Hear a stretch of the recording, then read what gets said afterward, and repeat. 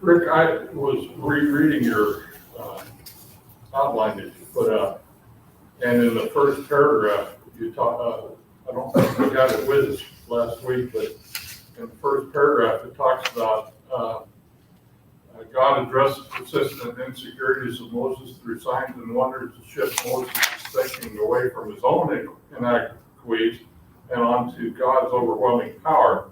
It really doesn't work. From that, perhaps we should be a little easier on ourselves when our attempts to share the gospel with others seems ineffective. I thought that was a good point. Okay. It could probably be rewritten a little bit. These are very rough. I'm not real proud of them, but I hope you all like them. They are kind of just my thoughts. And we talked a little bit about it last week. We're in Exodus chapter 4. Sherry says hi. And hi to Sherry. We talked a little bit about this last week. And there are times when people doubt that God addresses doubt with signs. There are sometimes, I guess you could say, when there are people doubt that what they need is to hear different argumentation or different thoughts. When Abraham doubts God's promise, that he just doesn't see how he's going to have an heir, rather than continuing to reaffirm the promise or continue to argue with Abraham, he takes Abraham outside and shows him the stars of the night sky and says, your descendants are going to be more than these. So at some point, God quits saying, believe me, trust me, I will be with you, I'll do all this. And God says, I'm God. I put all those up there. I can make one old lady have a baby. And evidently a really good looking old lady at that. So, he can do that. He can make a young girl who's never been with a man have a baby too. So all of this thing, all these, these are signs that confirm God's word, fulfill his promise, but also confirm his word. And that's kind of what he's doing with Moses here. And we talked about it a little bit last week, that the issue is not really so much Moses doubting God's power. I'm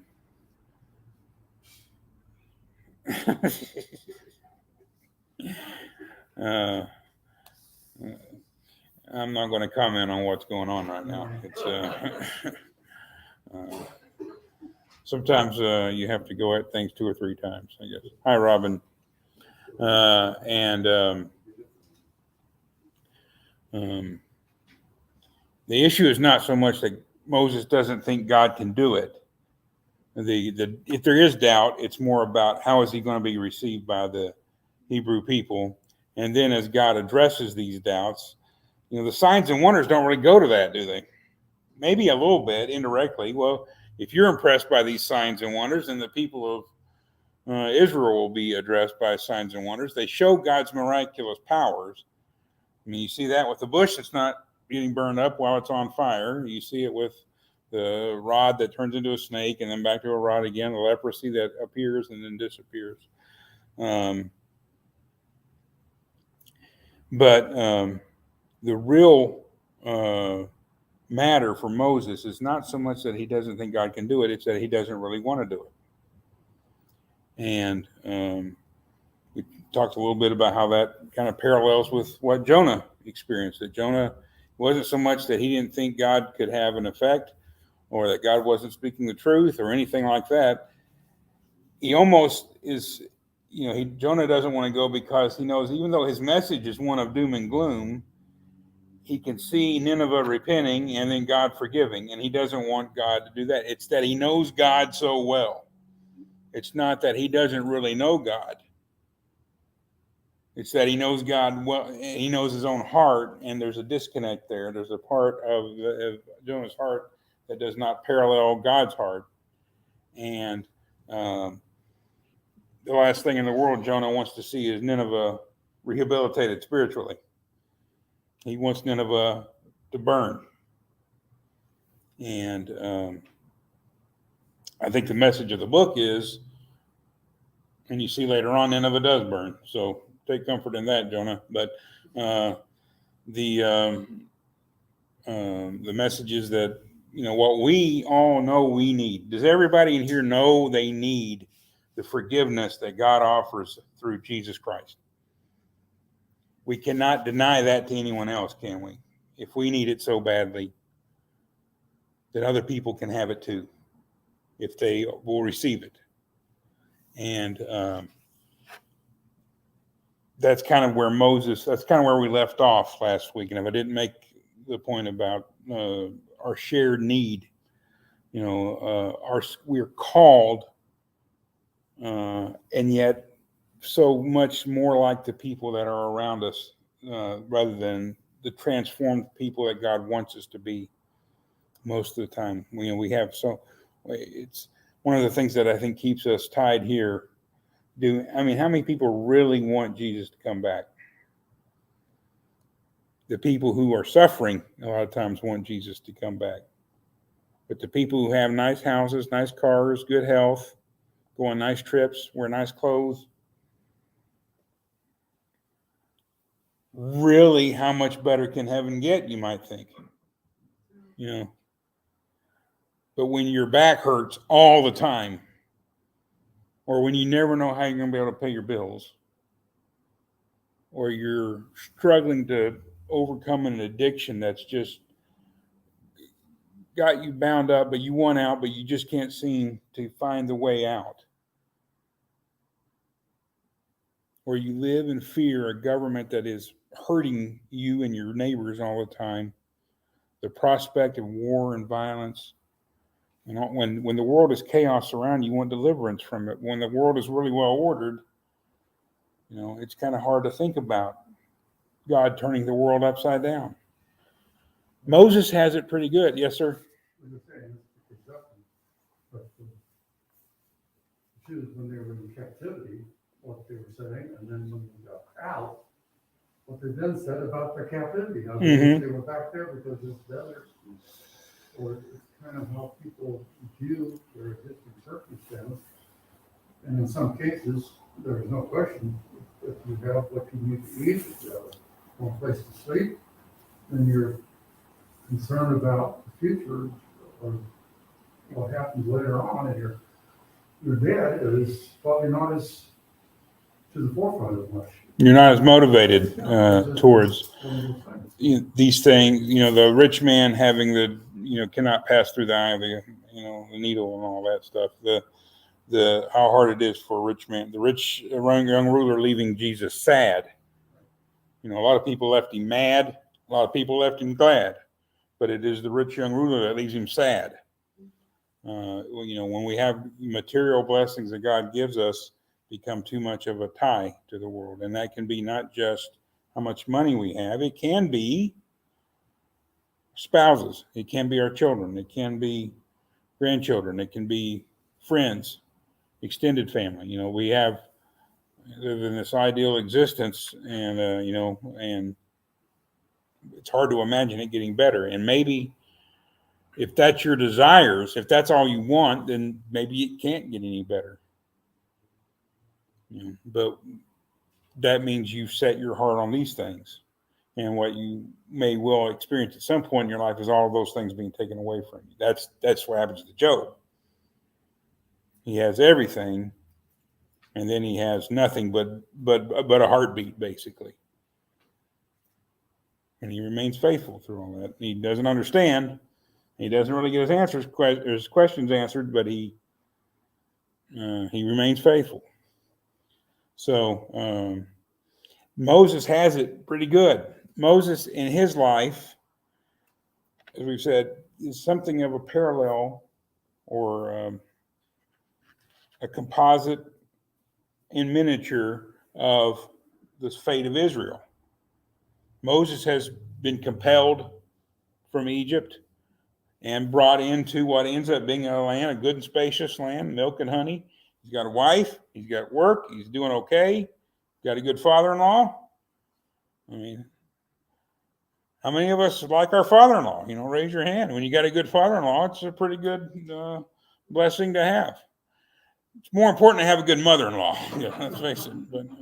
And I'm blessed on both counts. But you have to. The mother-in-law is the one that can make you miserable. I can tell you that. Moses has come into this good place in life. He's doing well. He's been blessed. And God is saying, forfeit those blessings too. Go back to your brothers and sisters who are crying out under the oppression of Pharaoh and bring them up out. And, Moses can remember the Hebrews saying, are you going to kill us too?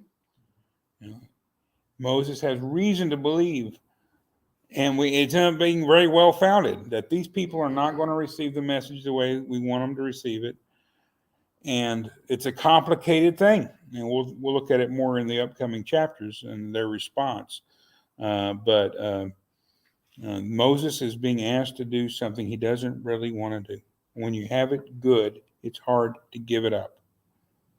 When you're in a bad way, it's pretty easy to give it up. It's only one way to go from here. It's got to be up. So it's a good reminder. I think this idea of Moses' life kind of paralleling God's intentions for Israel in miniature, in one life for the whole nation. So when I talk about him not wanting to go, his reluctance, in a sense, mirrors the reluctance of Israel.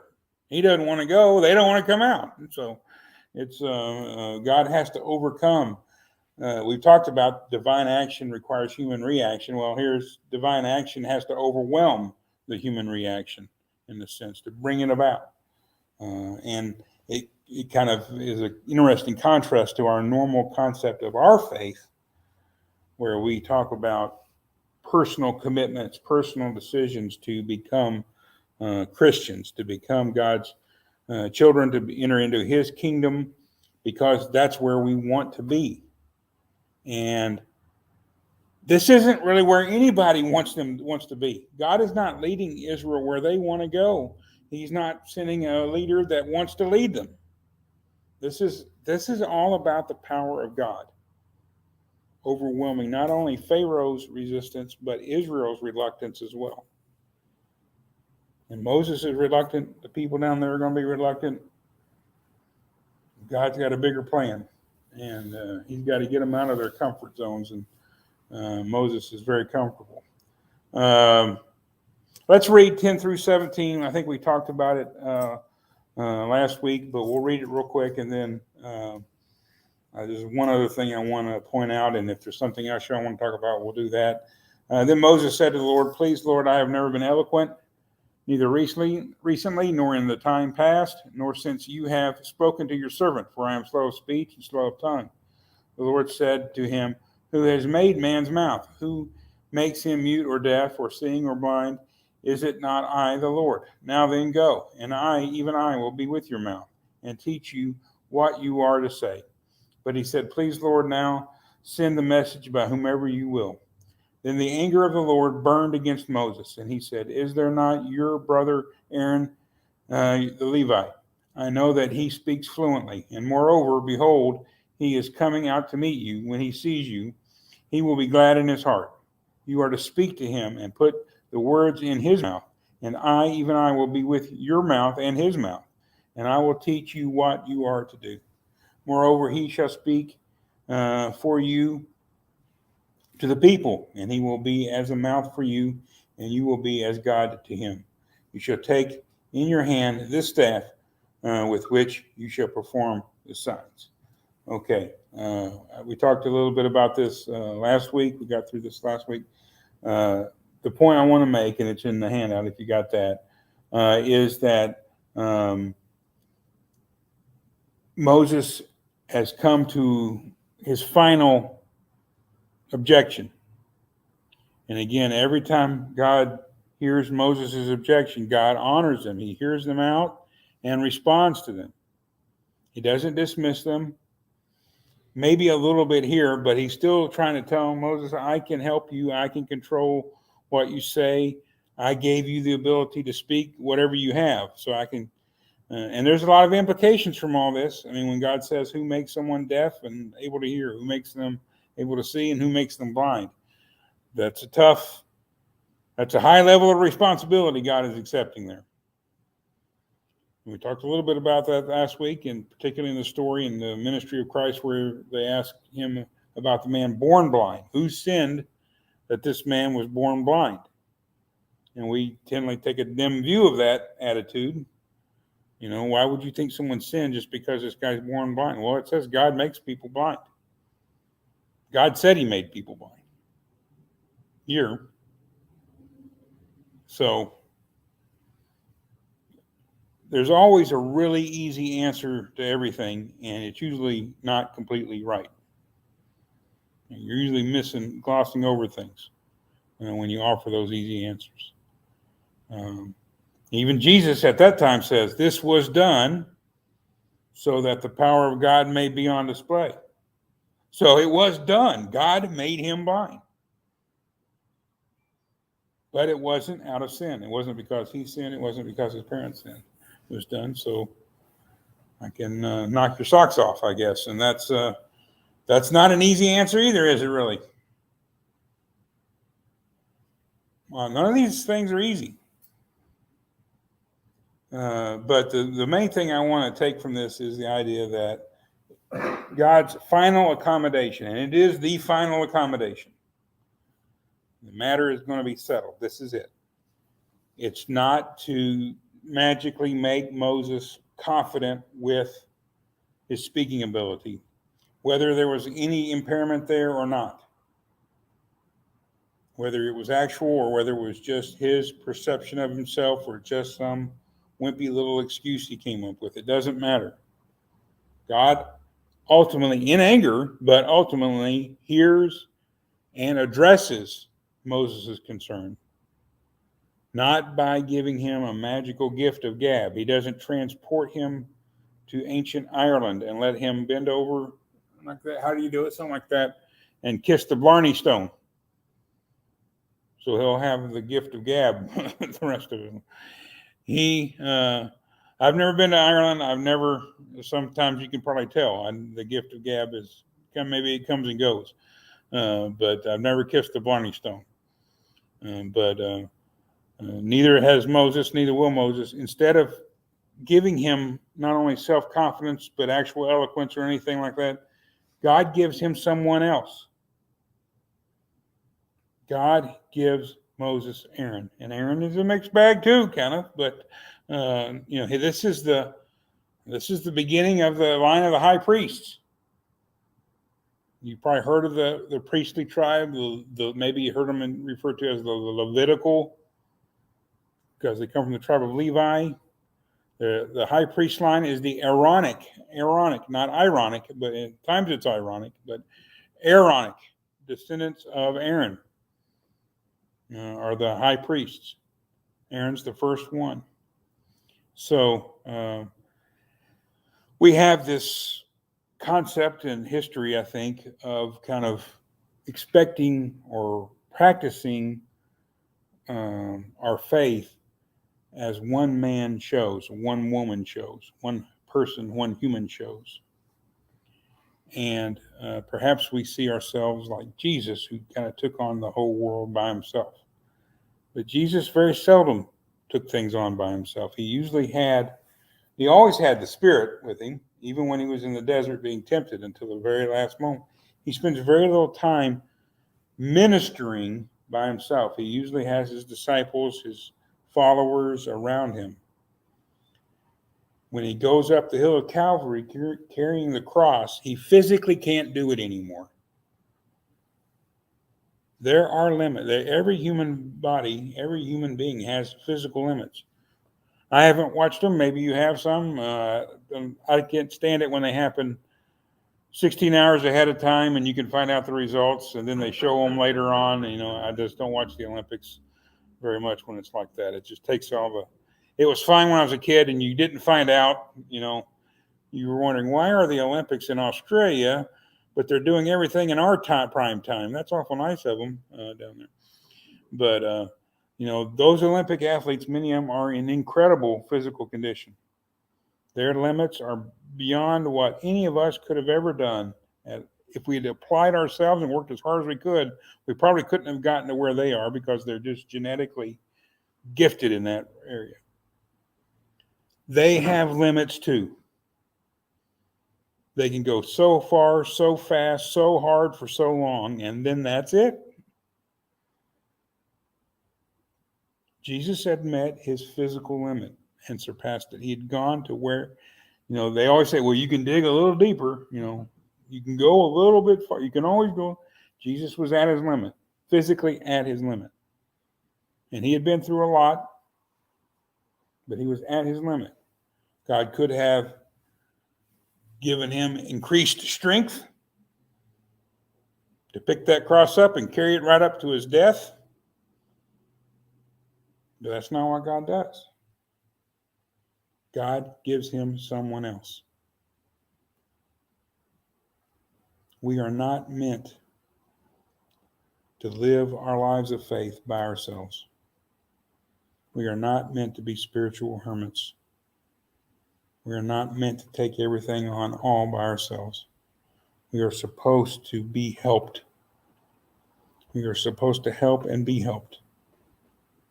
Yes, ma'am. Back to Moses for just a minute. What amuses me about it, or is interesting, Moses didn't get off scot-free. He still had to tell Aaron what to say and do. And he was trying to get out of all of this. And God says, well, okay, we'll let Aaron talk to the people, but here's your job. You still got that job. He still has the calling. And the calling doesn't shift to Aaron. It's Moses' calling. Again, but kind of like the story of Israel, we talked a little bit about this last week, as it goes to the matter of choice, Moses doesn't really have a choice here, does he? I mean, his choice may be, well, I'm not going, God. You can just kill me if you want.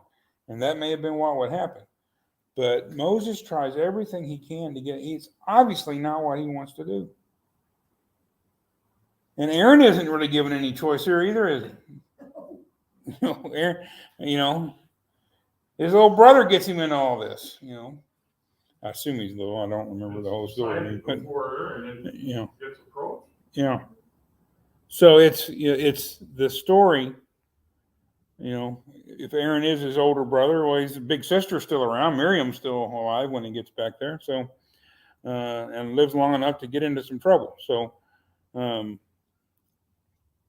this story, this is a powerful story used, I think, appropriately in the church today. It's used especially in areas where people are genuinely and authentically being oppressed by a system, because that's what happens here. It's not just, inconveniences or anything like that. Israel is being oppressed by the most powerful force in the world at the time, the Egyptian Empire. Real systemic oppression is being meted out based on their race.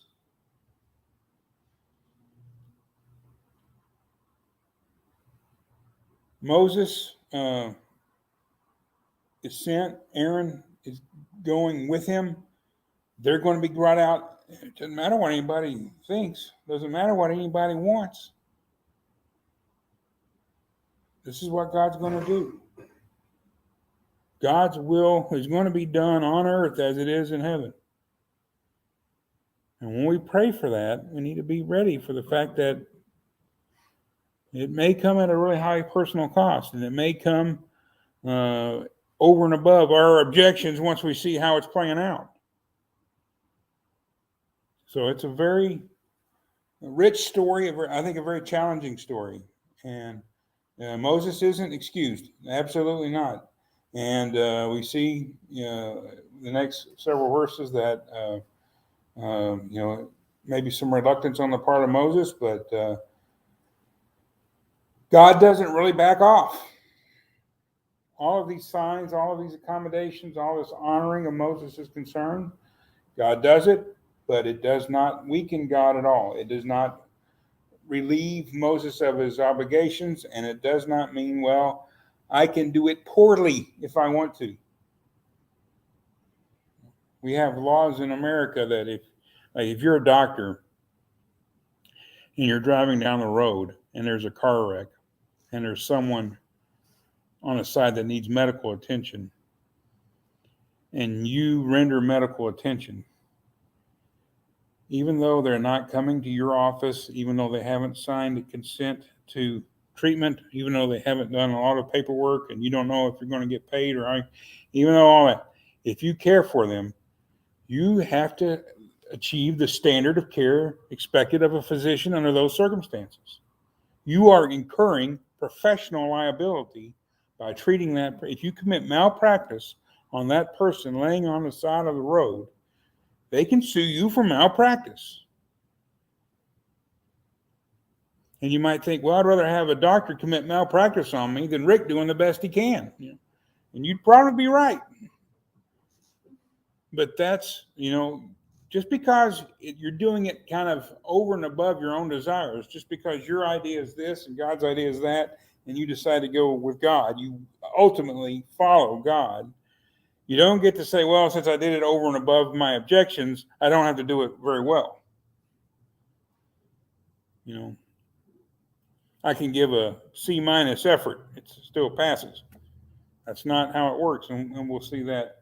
Let's look at these last several verses here of Exodus chapter 4, verses 18 through 31.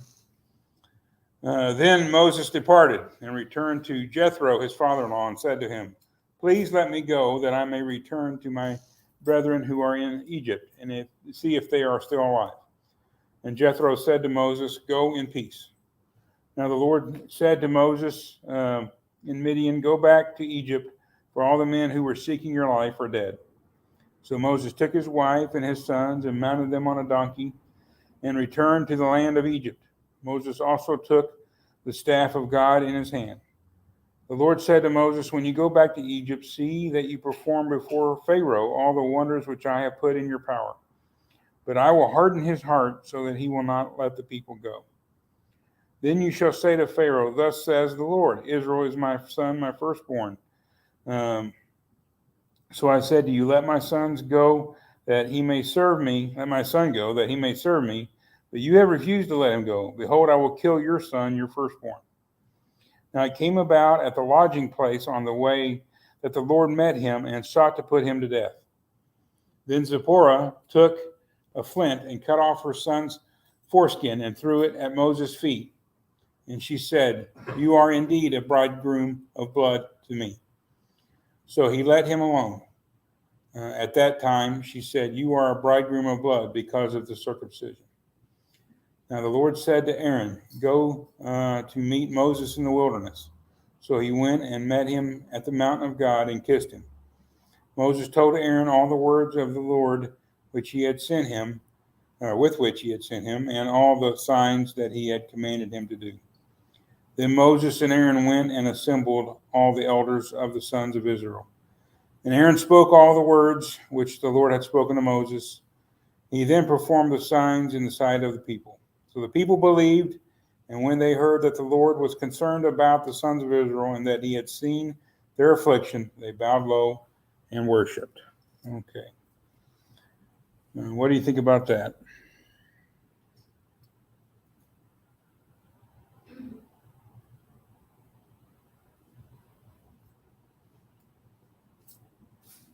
Did Aaron actually perform the miracles or did Moses? It's kind of confusing. I think it's intended to say that Aaron spoke and Moses performed the miracles. All right. That's what I always thought. And I just didn't say that.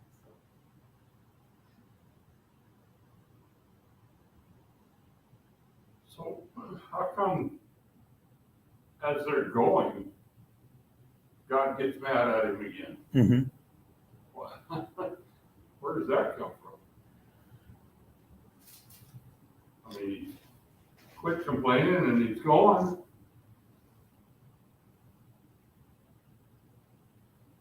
Yeah.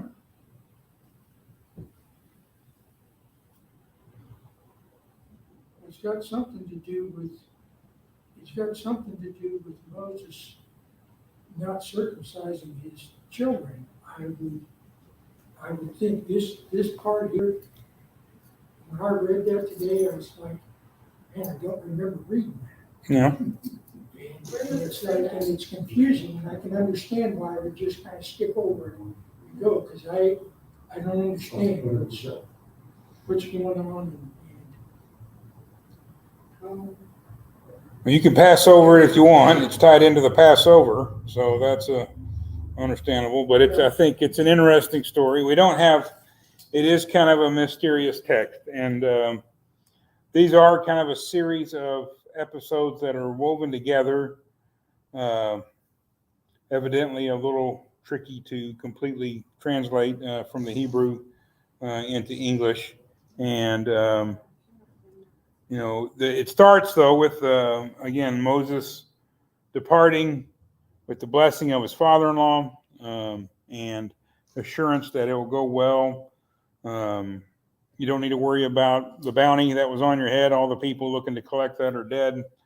And then we think about when Joseph loads Mary up on a donkey and takes her with Jesus inside of her to Bethlehem. Well, Moses loads the poor up on a donkey with the kids. So be nice to donkeys. I mean, they've always been good to us, so we need to be nice to donkeys. Mules, you can do whatever you want to do, but donkeys, be nice to them. No, don't mistreat mules either. But so it's a similar imagery. I mean, these things get repeated. So he's taken his children along the way. God prophesies and said, I am going to kill the firstborn son of Pharaoh. And that's going to be part of the outcome down there. Did the firstborn son of Pharaoh do anything?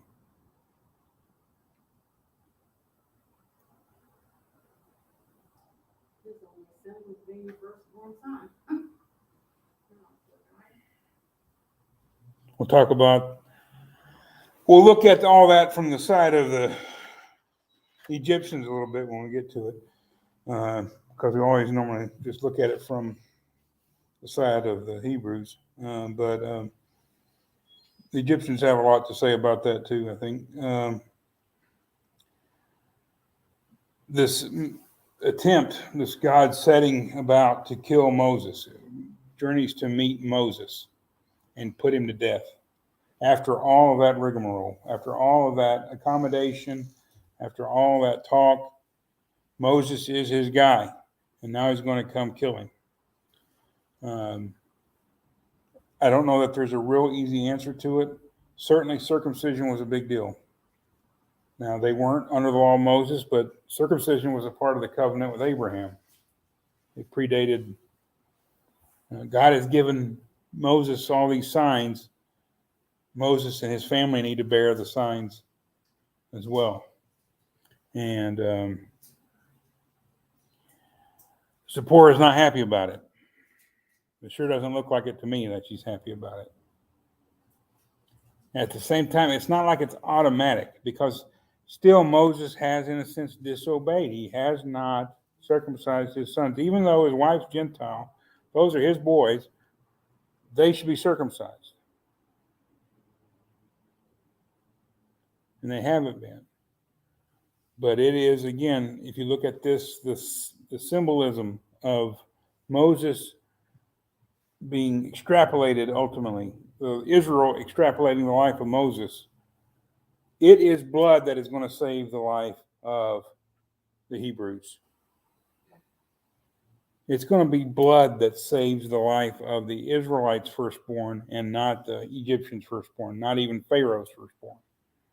I guess the point that we need to be reminded of is, because I went back here and looked it up with reference in the 17th chapter of Genesis about God saying, you and all your descendants and all of that kind of stuff, or need to be circumcised. And, you know, Moses was raised in the Hebrew family. He was taught by his mother, taught, you know, the Hebrew. He knew he was a Hebrew, Yeah. so he was circumcised. And so, yeah, he knew what his, needed to happen in his household. And, you know, you don't think about that reading the story, or we forget about that, but, you know, because Moses is not among the Hebrews at this time, you know, when this happened. But he was taught in the ways that he should go. And obviously he knew it because Zipporah knew it. She knew what had to be done at that time, that she knew, and she, I'm sure, had been dragging her feet on it, but she says, okay, if it's gonna come down to this, here it is. I don't like it, but there you go. Well, and not to get too salacious about it, but in Zipporah's knowledge, she would probably know her husband had been circumcised. And so that's part of the deal. Why? And you tell the story. And now we're going down in obedience to keep that covenant with Abraham. And part of the covenant is not just the leader, the main guy in the household, but every male. And so maybe one son, it kind of reads like she does it once, as opposed to having to do it twice. So maybe one son was and one son wasn't. Maybe it was just the oldest, because that's the issue. That's the story. Either way, blood has to be shed. You know, and now Zipporah's got to travel with a cranky kid, you know, at the very least. Some of you ladies can maybe remember back when your little boys were recovering from that procedure. They probably were a little cranky. And if they're, you know, older than just a little boy, they're not just cranky. You know. So it's, you know, it's what should have happened all along. It hadn't happened. And so when I heard a televangelist talk about this one time, it was one of the best extrapolations of the story I'd ever heard. When you don't get what you need when you need it, getting it later on is going to hurt even more.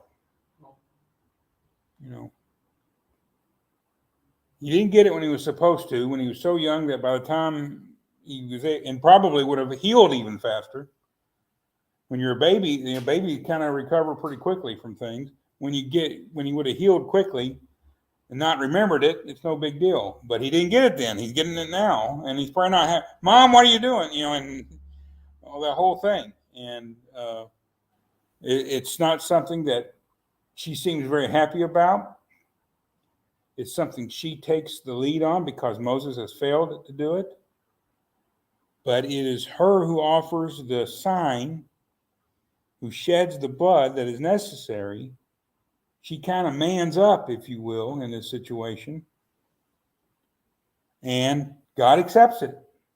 Now, it's not like automatic, but it kind of reads as though God sees it, thinks about it, and decides, okay, we can go forward now. But this is the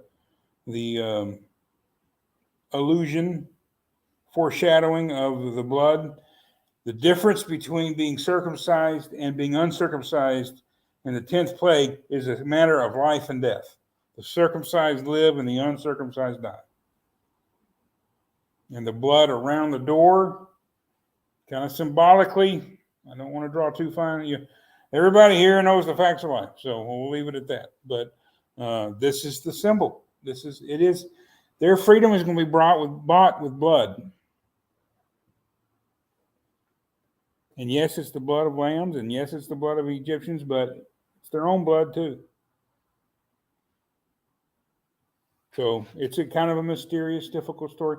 We might come back and look at some of this very briefly next week, but we will basically be picking up in chapter 5 next week. So with that, with those pleasant thoughts, as we drift off into slumber tonight, hi Kim, we will depart. So nice to see everybody here online and in person. I did like that comment in your outline